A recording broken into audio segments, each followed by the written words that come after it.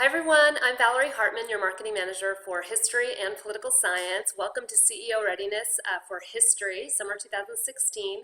This is the intro module and it's specifically for those of you who are new to selling history. As you can see, I have some fun historical facts up on the screen. These will be sprinkled throughout just to keep it lively. And to make you an all-star at any upcoming, trivia nights you may be going to, or what have you. In any case, you can see, for example, did you know that Benjamin Franklin wasn't trusted to write in the Declaration of Independence because everyone thought he would put a joke in it? 'Tis true, and I had no idea. In any case, let's get started, and we will be talking about all the opportunity you have in history, and there is a lot. Okay, so there are three learning objectives in this module. First is to understand the course, customer needs, as well as the abundance of opportunity for digital. Also, to understand and position key products and what needs to roll for spring. You have one of the biggest books on the history list that is coming out in the new edition for January. And then third, to have a firm understanding of what makes history mind taps unique. So there are three courses that you will be covering. There's U.S. History, Western Civ, and World History.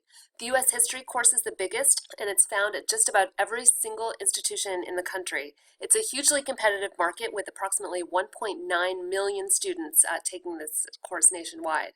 U.S. is usually taught over 2 terms, so we have splits of the books to accommodate this, as well as, of course, a full version that combines the two.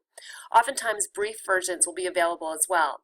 Some books have more of a social approach in that there's a focus on everyday people and their experiences in the telling of U.S. history, while others take a more political approach, meaning that there's a focus on major players and key events. There's also titles that take more of a balanced approach between the two.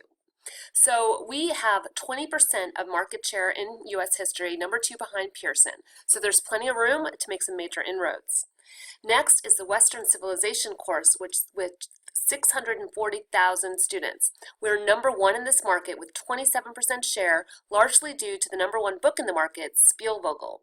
The course covers classical antiquity to the present with, as its name suggests, a core focus on Europe. Also, as its name suggests, the World History course takes a broader view than Western Civ. So it includes, for example, Africa, Asia, and the Americas in addition to Europe. The course is growing, and we are again number 1 with 30% market share. Approximately 600,000 students take world history each year. Overall, we own 21% of the overall market in history, and fiscal 2016 was a great year, with history coming in 7% over plan. Digital growth as a discipline has exploded from 1.3 million in fiscal 2014 to 12.5 million in annual revenue in fiscal 2016. So that is really good news for you. There's lots of renewable revenue to be had. There are a number of issues that history faculty will often cite regarding their students' level of preparedness, and here are a few of them on the screen in front of you. Our solutions address these challenges, so you can feel comfortable knowing that we've spent a great deal of time thinking through them and creating titles and technology that turn students into better critical thinkers, writers, and researchers who also understand how to read and analyze maps. We are truly partners with faculty in this endeavor, and you'll be hearing a whole lot more about how we do this. Primary sources are important in all history courses, so open the conversation by asking faculty about them. What's a primary source? Diaries, artwork, music, letters, speeches, poems, political cartoons, clothing, census data, the list goes on. Historians use primary sources to learn what people were thinking at the time, and they help us make personal connections with the past. So why are primary sources so important for our purposes? Well, faculty assign primary source activities to help students build critical thinking skills, and the more primary sources at their fingertips, the better. Our history titles are chock full of primary sources, as are our history mind taps. Mind tap is your sole digital solution in history, and all history mind taps contain additional primary sources not found in the core text, and many have assignable and gradable activities tied to them. Not to mention the Instructor Resource Center available within MindTap, which provides 4,000 additional primary source documents that faculty can add to their course. In addition, MindTap's Questia app also enables faculty and students to filter for primary sources. So some good questions to ask. What types of primary sources do you use? What types of primary sources engage your students the most? Are your students prepared to analyze the primary sources in class?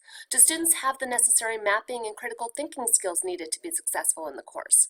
These questions will all help you open up a conversation that faculty will truly be interested in having. This concludes video programming for Learning Objective 1.